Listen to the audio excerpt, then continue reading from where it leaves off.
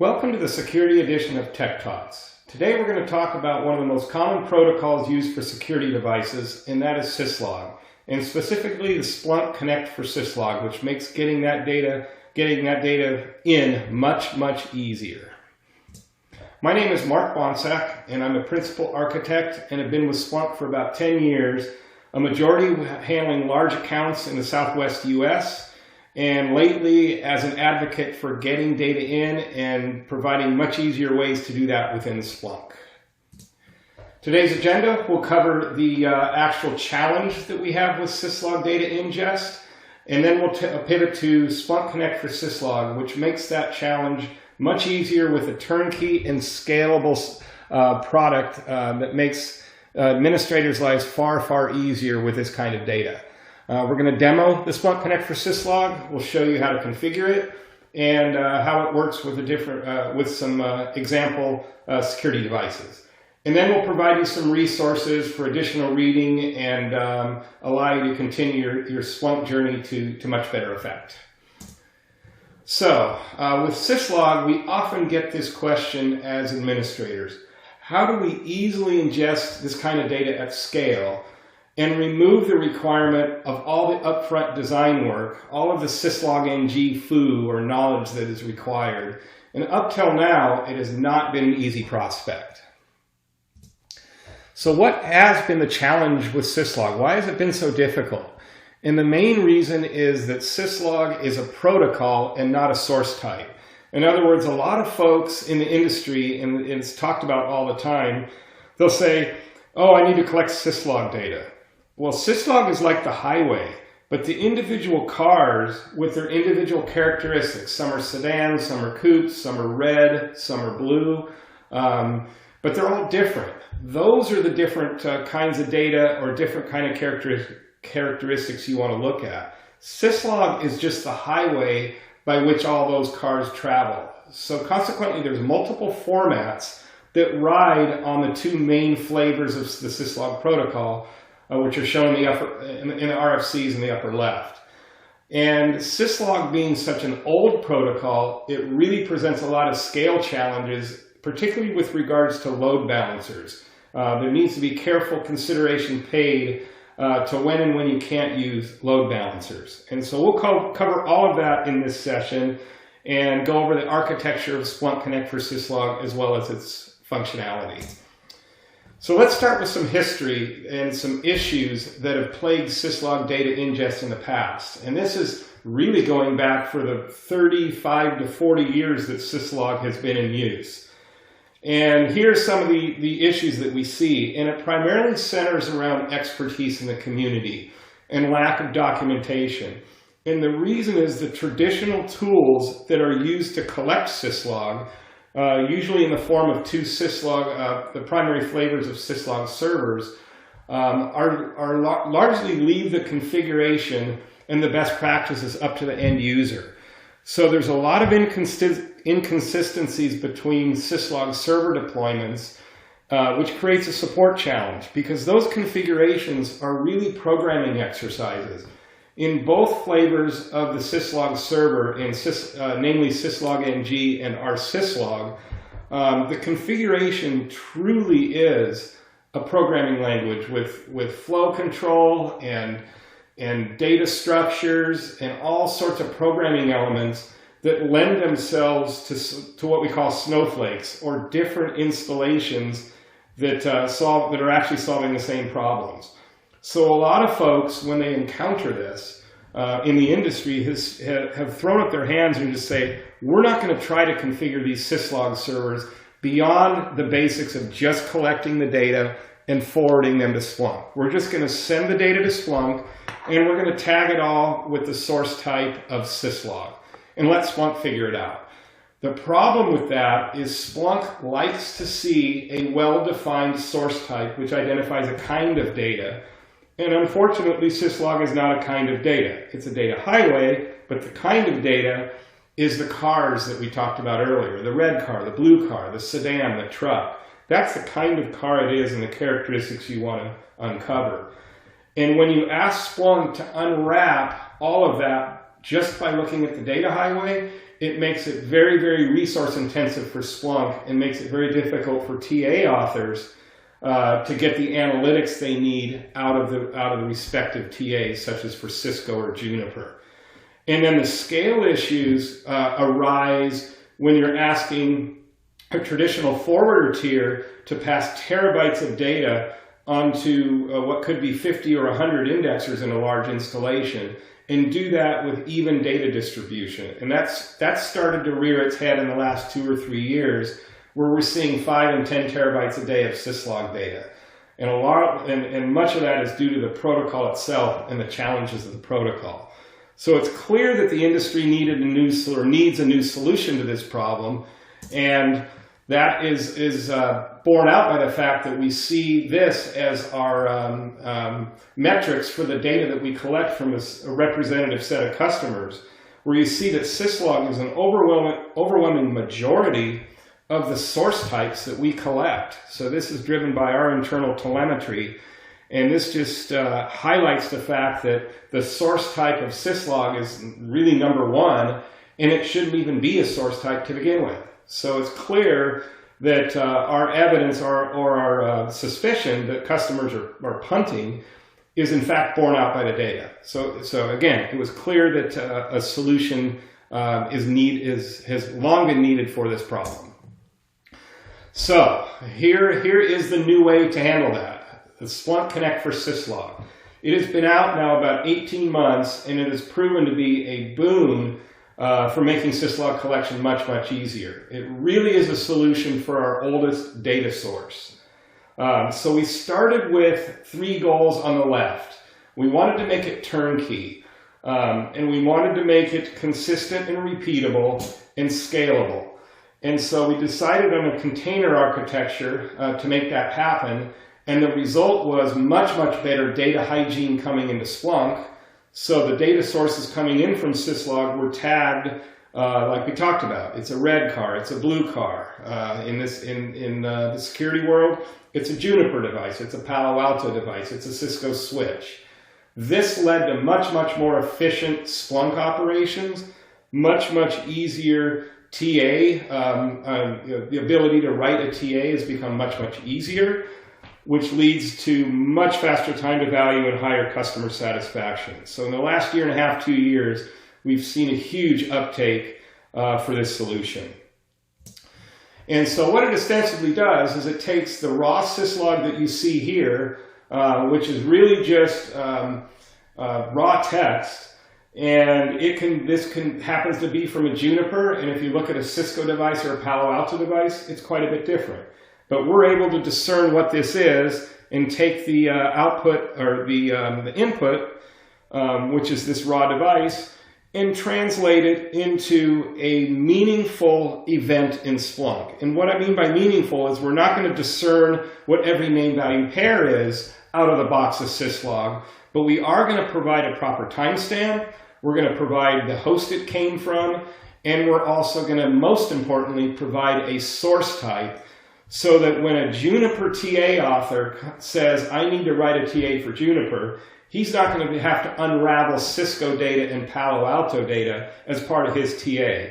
He or she can be sure that the event that they're looking at is in fact, in this case, a Juniper IDP structured event, and author the TA appropriately, making that job much, much easier.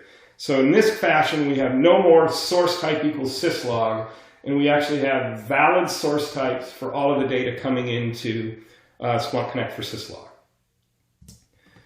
So now let's turn a little bit to the architecture. And this is a real departure from what we've done in the past, and in a good way. Prior to Splunk Connect for Syslog, the most common way and the most common best practice was to collect the Syslog data from a set of Syslog or Syslog NG or our Syslog servers behind a load balancer. So all of the network devices would be aggregated, sent to a relatively small number of Syslog servers. They would deposit the data to disk, where a universal forwarder would pick them up and send them to send them to the indexers in the standard format or the standard method of automatically load balancing coming out of the forwarder. And that's what's been done in the past. And over time, we started to realize we had some real problems with data distribution.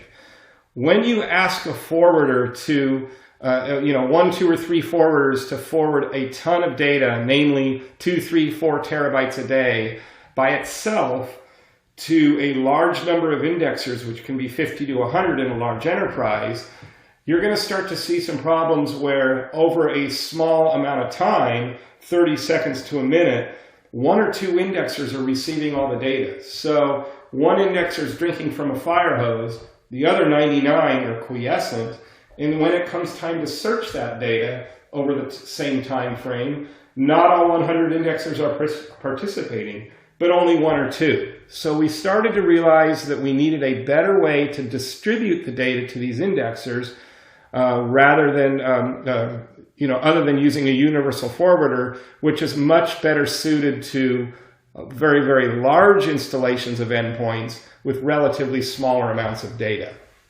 So we came up with the architecture that's shown in the middle. And Splunk Connect for Syslog is denoted in the red box. And you'll see a couple of key things that changed here.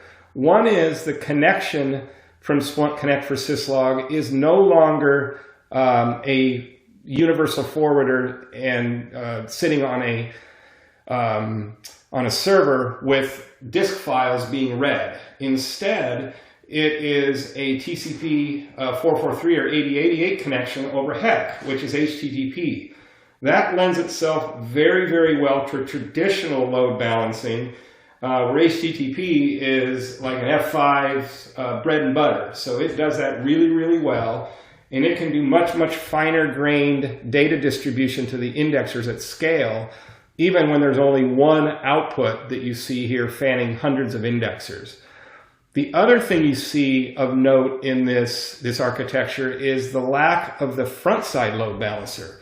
So now we have the red box or the Splunk Connect for Syslog collector fanned out to the edge where we don't need the load balancer for scale or for purported high availability, which is challenging with Syslog to begin with.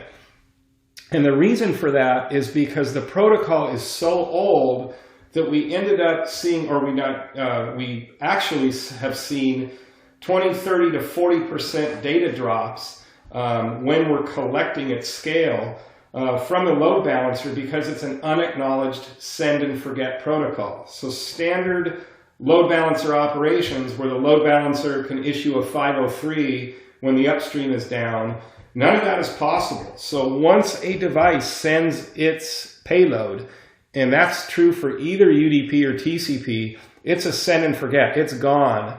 So if the load balancer has to flush its buffers for any reason, it can't go back and send or tell the sending device that the server's unavailable. So in other words, the sending device isn't going to understand, for instance, a 503 error that a normal HTTP server would.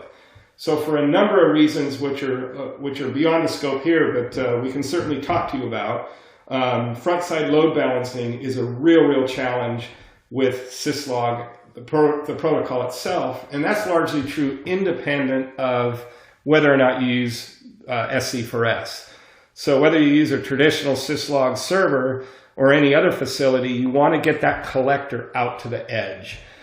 And then on the right-hand side, there's just a future example where we can use Splunk Connect for Kafka to send to a Kafka bus. We can also send to DSP. That's going to start to become a very common thing where DSP is the receiver of the output rather than the indexers directly. And from there, we can do data routing and data manipulation to the stream in flight. So those are just some of the architectural examples, but the majority of the customers are using the architecture that you see in the middle. So now let's dive into what's inside the red box, and that is the container itself. And the reason we chose a container architecture is it gives us a huge amount of flexibility and platform independence. So we can now deploy in air-gapped networks or on any Linux distribution that supports an OCI container runtime. And what we've done is taken the hard work of figuring out what Syslog NG instance or release to run. What do we do about disk buffering? How do we handle if there's a down connection to the HEC endpoint? We've handled all of that in the container and based it on the latest Red Hat Linux universal base image, which is very secure, and bundled that up into a single OCI container that can run with any number of runtime configurations. You can use Podman or Docker, or you can actually run it in a Kubernetes infrastructure as well, such as micro Kubernetes.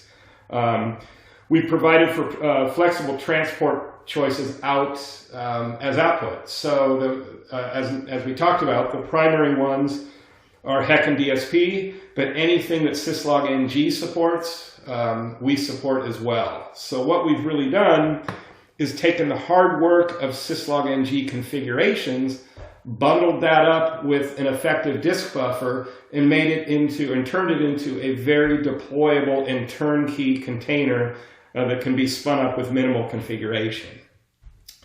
And what happens within that configuration is what we call the filter magic. This is where all the programming that previously had to be done has been taken care of for you. And we support upwards of 50 different data sources now. So most of the common, if not all the common security devices that we see in the wild are supported by the filters that we've included in Splunk Connect for Syslog. And the goal of the filters, in this case we're highlighting ASA, is to take the event that's coming in off of TCP or UDP 514, and bear in mind, we call that the soup because everything else is in the cauldron along with it. So we've got Juniper, Palo Alto, we've got Cisco switches, we've got ASAs, and the goal of SC4S is to understand each one of those and identify it, parse it,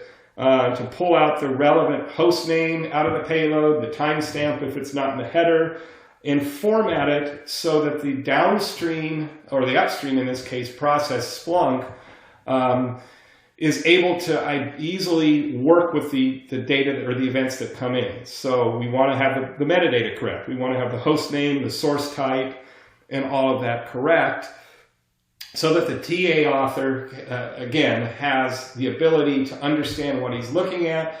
And even in the absence of a TA, you can glean immediate analytic value out of the data because you're not having to unwind all of the sources from one another. They land in Splunk with the proper source type.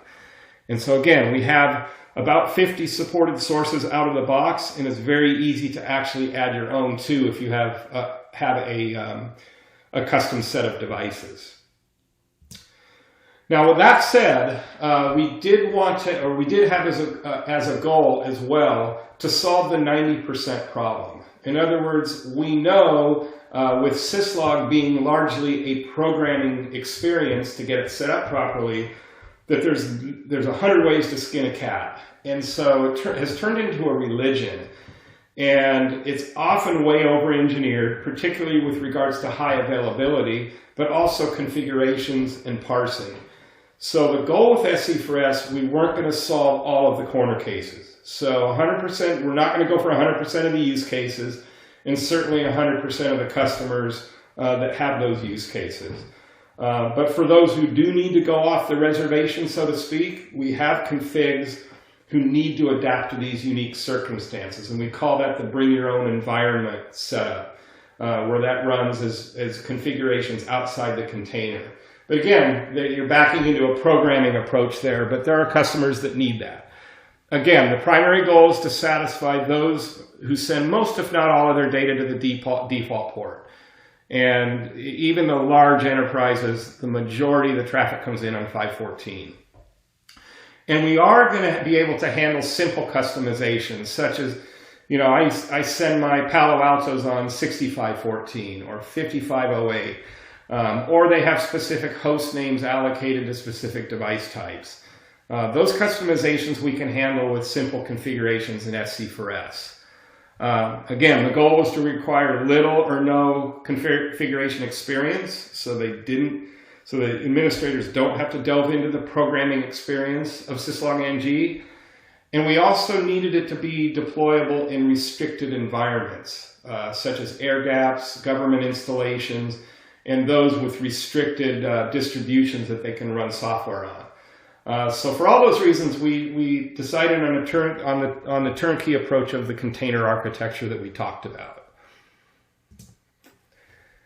So again, we talked about the predefined filters, and even in the absence of even minimal configuration, out of the box, it'll handle data coming into 5.14 in almost all cases.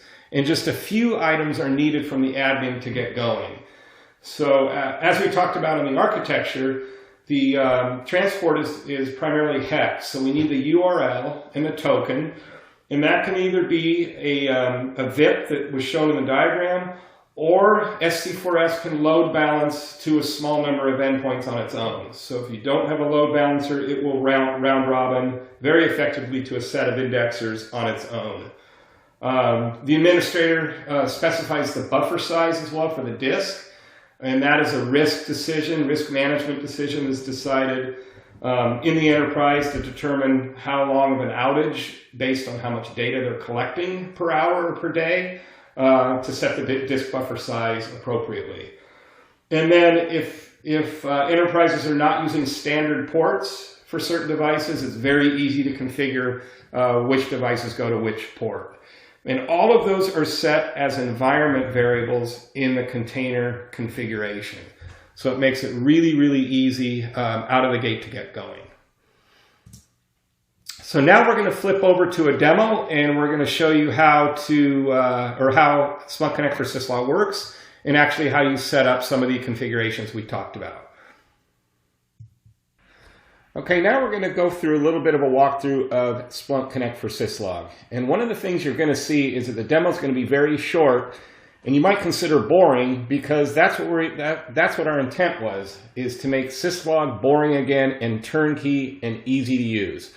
So what I'm going to do is I'm going to send some raw events where I'm going to simulate security devices being sent to SC4S, and you're going to see them appear in Splunk. So we're going to start with Palo Alto. So I'm going to send a Palo Alto test message to Splunk via SC4S. So on the right-hand side, you're seeing the raw message is just echoed to the screen. That's what I'm sending to Splunk Connect for Syslog, which is indeed a raw message from a Palo Alto device.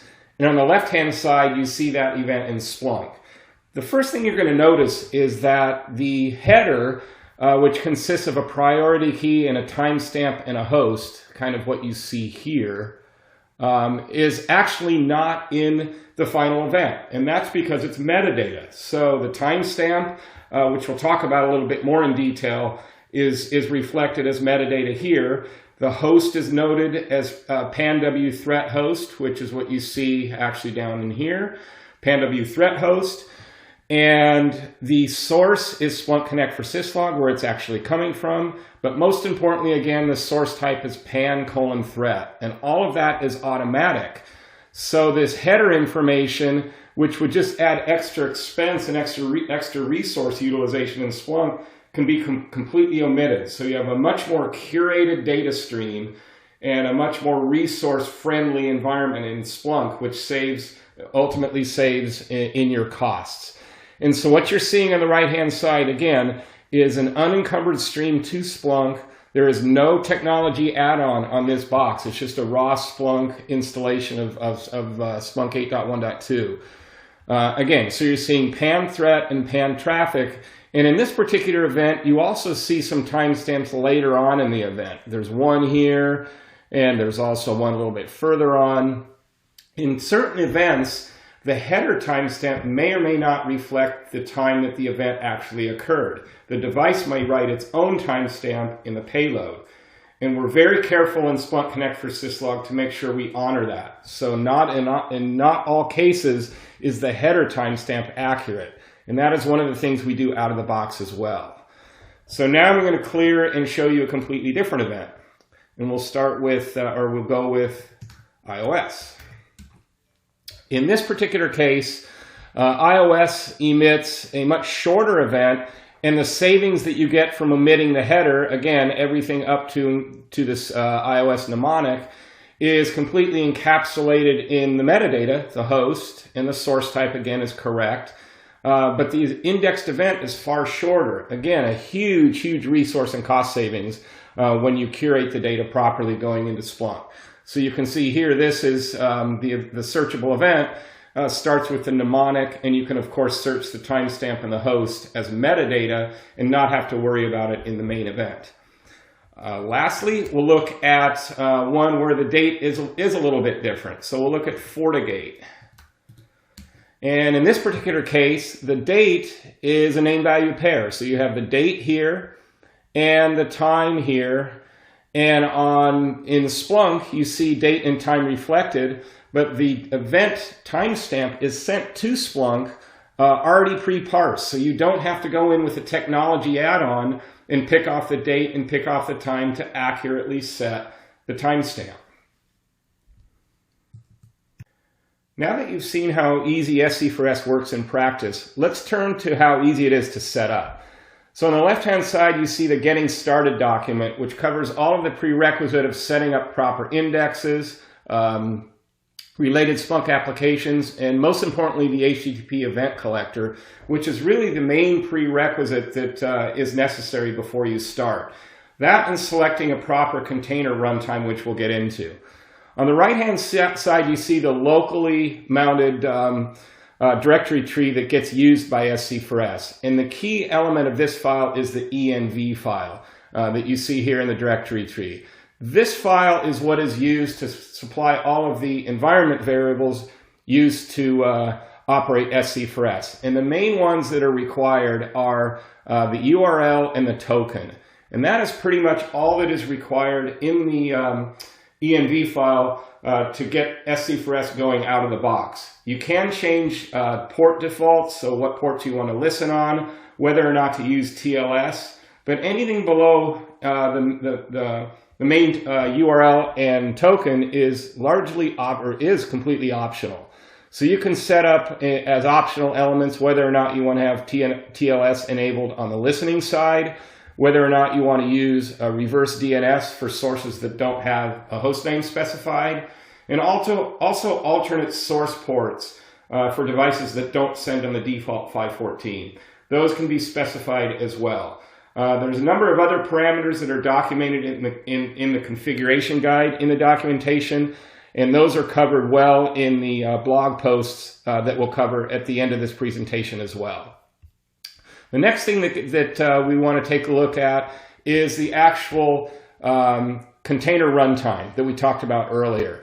This is set up out of systemd typically. So here is the system or the SC4S service file that is used to actually pull the container when you launch at boot time. So again, this is largely cut and paste from the documentation, and most folks run the image, which is specified as the latest. And when you do that, every time you restart SC4S, the latest release gets pulled down. Optionally, you can lock it to a prior release. So if you want to test the latest release in production, you can certainly run a fixed release. Or excuse me, if you want to run the latest in development, you can certainly run a fixed release such as v1570 in production. And then down here, the exec start command, this is literally the runtime command that gets launched at boot time. So this is something that is gleaned off the environment that's set earlier. And here is where the mount to the local file system happens. So you specify where your local mount is and what you want to set on the container side. This again is largely untouched and is a copy-paste operation for most users. So that's really it. That's how easy it is to get going. And I'll show you guys a restart. So let's restart the search. And I will execute a restart out of systemd, out of SC4S. And once I do that, you will see the startup commands getting sent. So we're seeing the version come out, the version of SC4S, and it's telling us that it's started up properly. And we're also getting HEC test events. This is a pre-test that we run to make sure that the HEC token is set up properly, and it allows you to make sure that both sides are communicating properly. So hopefully this was a good overview of how easy it is to use SC4S in production, as well as to set it up. And there are lots of other resources which we'll talk about as we wrap up. I hope you enjoyed the walkthrough of SC4S. And here are some additional resources to continue your journey with SC4S and Splunk. In addition to the main repository and the documentation links that we have here, there's a blog series that is really useful for expanding the platform and getting a much deeper architectural and configuration deep dive than what we were able to present here in the short time we have. As well as the Slack channel, where all of us that have authored SC4S and a lot of the practitioners hang out, and we can answer a number of questions that you might have when you get your installations going. Don't forget that we also have an incredible community of Splunk users on our community site. You can search the answers section for Syslog, and you can also continue the conversation for this talk with the discussion section called Tech Talks at splunk.com/techtalk, where you will find all of the additional resources. Finally, there is Splunk Ideas, where you can submit new product enhancements or vote for current ideas from other customers. Thank you for spending time with us today, and we hope that Splunk Connect for Syslog makes gathering your security data that much easier. We welcome any and all feedback, and don't hesitate to reach out. Thanks again.